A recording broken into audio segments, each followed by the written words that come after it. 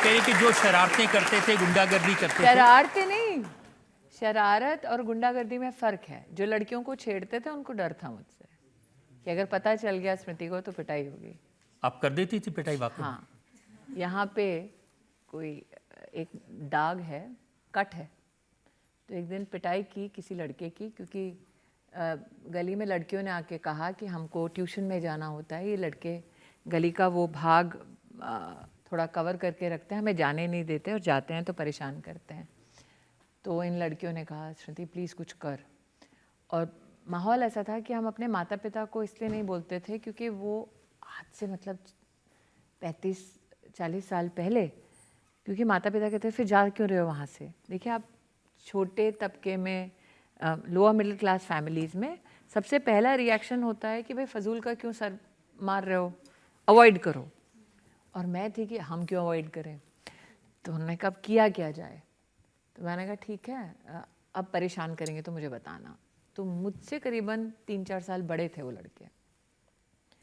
तो लड़का लड़की सब आमने सामने हुए। तो मेरी एक दिक्कत थी कि मेरी माताजी दोपहर लौटी थी शिफ्ट करके। मैंने कहा माँ उठ गई तो बहुत जम के पिटाई होगी। तो मैंने कहा एक काम करो, माँ को घर में लॉक कर दो। मैंने कहा माँ को लॉक कर दो, जब तक मारपीट होगी तब तक माँ सो रही होगी।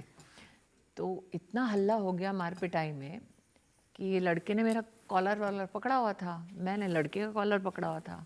बैल्कनी से माँ आ गई चिल्लाते हुए और माँ ने बोला अरे लड़की है छोड़ दे। और मैं बहुत एम्बैरेस हो गई। मैंने कहा इसको नहीं समझ आ रही है कि लड़की है, ये पीट रहा है क्योंकि मैं इसको पीट रही हूँ। उसमें लड़के ने जो मुक्का मारा उससे मेरा ये कट गया। और उसके बाद लड़के की जो पिटाई हुई वो हुई, घर जाने के बाद मेरी जो पिटाई हुई कि तुम नेता बनती हो। मैंने कहा नहीं नेता नहीं बन रही हूँ, प्रॉब्लम थी, पापा को क्यों नहीं बताया। मैंने कहा किसी ने किसी के पापा मम्मी को नहीं बताया। और आज ये जो लड़कियां यहाँ बैठी हैं शायद सबको ये सिखाया जाता है।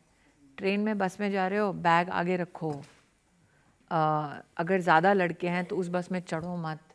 यह हमारे जीवन की भी एक सच्चाई थी। तो मेरा हमेशा ये था कि मैं विक्टिम नहीं हो सकती रजत जी।